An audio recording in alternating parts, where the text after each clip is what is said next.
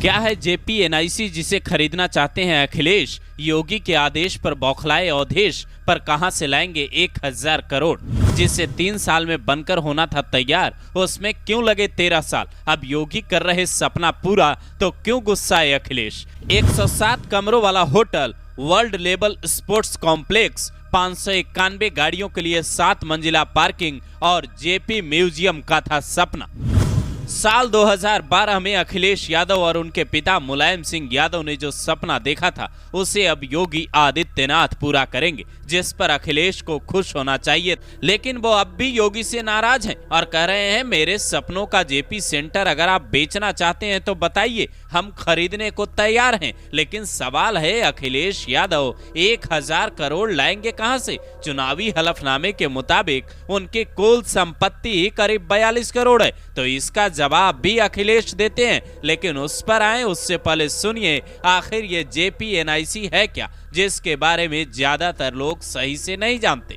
JPNIC का पूरा नाम है जयप्रकाश नारायण अंतर्राष्ट्रीय केंद्र, जिसकी शुरुआत होती है साल 2012 से, जब अखिलेश यादव मुख्यमंत्री हुआ करते थे, मुलायम सिंह पार्टी के कर्ता धर्ता थे। तब लखनऊ के गोमती नगर के विपिन खंड में करीब 18.64 एकड़ जमीन पर जेपीएनआईसी की नींव रखी जाती है। इसका मकसद था लखनऊ में एक खेल, सांस्कृतिक कार्यक्रम और कॉन्फ्रेंस के लिए आधुनिक बिल्डिंग बनाना और लोकनायक जयप्रकाश नारायण की यादों को संजोना। इसमें 2000 सीटों वाला कॉन्फ्रेंस हॉल, 107 कमरों वाला लग्जरी होटल जिसमें जिम, स्पा, सैलून, रेस्टोरेंट सब कुछ हो, वर्ल्ड लेवल का स्पोर्ट्स कॉम्प्लेक्स, 591 गाड़ियों के लिए 7 मंजिला मल्टी लेवल पार्किंग, राज्य लेवल का ऑडिटोरियम और जेपी के जीवन से जुड़ा एक म्यूजियम बनना था। लेकिन तय समय सीमा जो 2 से 3 साल थी, उसके पूरा होने के बाद भी काम नहीं हुआ। कहा जाता है पैसे की कमी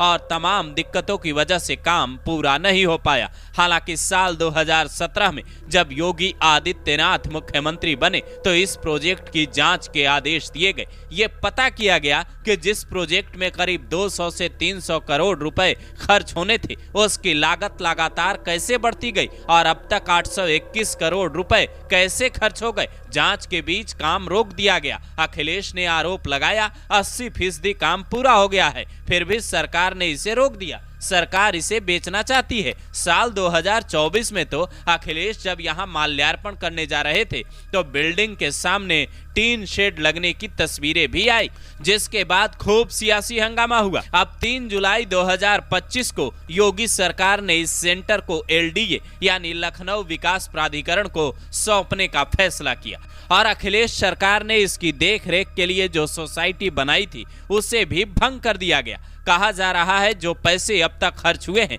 वो एलडीए के लिए लोन होंगे और बाकी के काम में उसे करीब 150 करोड़ खर्च करने होंगे। इस हिसाब से ये प्रोजेक्ट 1000 करोड़ का हो जाएगा। अखिलेश कहते हैं, चंदा जुटाना पड़ा तो जुटाएंगे, लेकिन सरकार अगर इसे बेचना चाहे तो हमें दे दे, क्योंकि हमारी इससे भावनाएं जुड़ी है। मैं एक बार फिर दोहराता हूं आपके सामने कि अगर बेचना ही है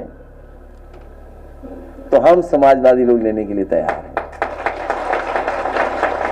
जबकि सपा सांसद अवधेश प्रसाद इसे लोकनायक जयप्रकाश नारायण का अपमान बताते हैं। हालांकि यूपी के डिप्टी सीएम ब्रजेश पाठक इस काम के लिए योगी सरकार का शुक्रिया अदा करते हैं और कहते हैं, इसमें जनता का एक भी पैसा नहीं लगेगा, हम इसे थर्ड पार्टी को देंगे। पूरी कहानी जानने के बाद अब आपको क्या लगता है, अपनी राय जरूर दें। एक तरफ बिहार में चुनाव है तो दूसरी तरफ जयप्रकाश नारायण के नाम पर यूपी में नया सियासी घमासान मचा हुआ है।